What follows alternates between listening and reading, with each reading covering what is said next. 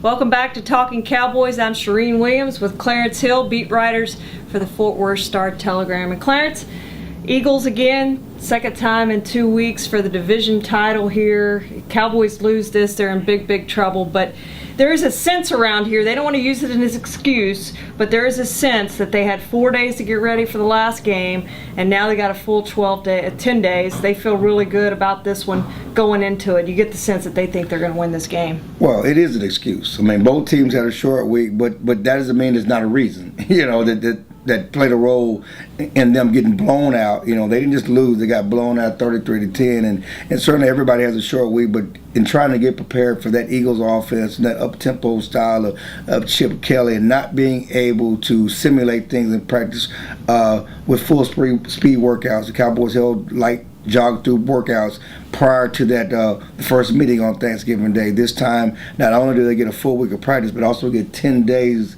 of rest between last Thursday's game against the Chicago Bears and Sunday's game against the Eagles. So they should be rested, they should be prepared, and they believe they'll be ready to go. And they think that'll make a world of difference in their play on Sunday. Cowboys were rooting hard for the Arizona Cardinals to lose the St. Louis Rams. Of course, that didn't happen. The Cardinals are in the playoffs now. Unless the Cowboys and Eagles tie, that's not going to happen. Yeah. So that's one of the 6 spots is now gone to the Arizona Cardinals. That is not good news for these Cowboys. I think they have to win out to get into the playoffs. We know they have to do it to assure themselves of that. If they win the last 3, they are division champions. It is very difficult with what they face. In the Eagles and the Colts, they've beaten 2 teams with winning records so far this year, in the Houston Texans, Seattle Seahawks, and now they have to do that back-to-back. But if they want to make the playoffs, they have to get to 12, don't you think? Yeah, what kind of alternate universe are we living in right now? The Cowboys have getting their butt kicked for the last 3 years for going 8-8, 8-8, 8-8. They're missed the playoffs each of the last 4 years. This year, no one expected anything from this team. Most people predicted them to go 7-9 or worse. And now they've won 9 games, so they over the 8-8 hurdle. There's a chance they could win 10, possibly 11 games and not make the playoffs. I mean, who would have thunk this? I mean, this is certainly something that we didn't see happening. The Cowboys didn't see happening there, and it's a perfect storm for them to get left out again. But the easiest way, the surest way to get in the playoffs is to control your own destiny, take care of business, beat the Eagles, and win your final 3 games. That's their focus. The Cowboys say the playoffs have started now. They're starting Sunday against the Eagles. That must win for them. Only 2 11-5 teams have ever been left out of the playoffs. Only one in the current format, which began in 1990, and that was the 2008 New England Patriots. The Cowboys are not looking to join that group, hope to get in here.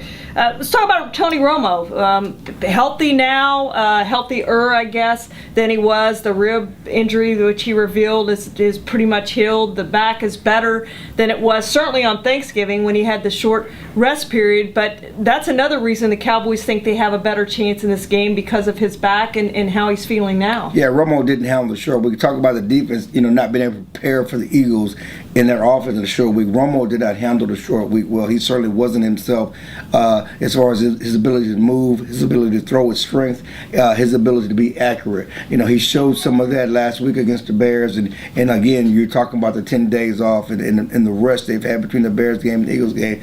It should work well for Tony Romo. He should be at his best. Again, there are no more excuses anymore for the Cowboys. There are no more tomorrows. Romo has to be at his best, and they think he will be against the Eagles on Sunday. Cowboys have to stop the run. They gave up 256 rushing yards the last time. LaShawn McCoy shredded them. They may be without Josh Brin, who they thought would be a run stopper in there, but we think they'll do better against the run this time.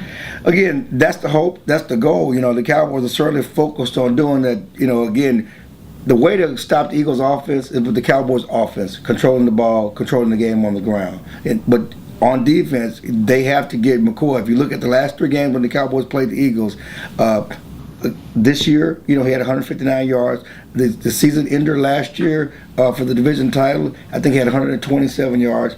But the game that they won at Philadelphia, 17-3, they held him to 55 yards. You stop McCoy, you stop that Eagles offense. Everything they do in the passing game is based on that running game. So that's the goal, that's the focus for this team. They do believe they have a better chance this week because Rolando McClain, their middle linebacker, the leading tackler, is healthy. He was not healthy the first time. He should make a huge difference with their run defense. Thanks for joining us, and we'll see you after the Philly game to see if the Cowboys still control their own destiny at that point. For Clarence Hill, I'm Charean Williams. We'll see you in a couple days.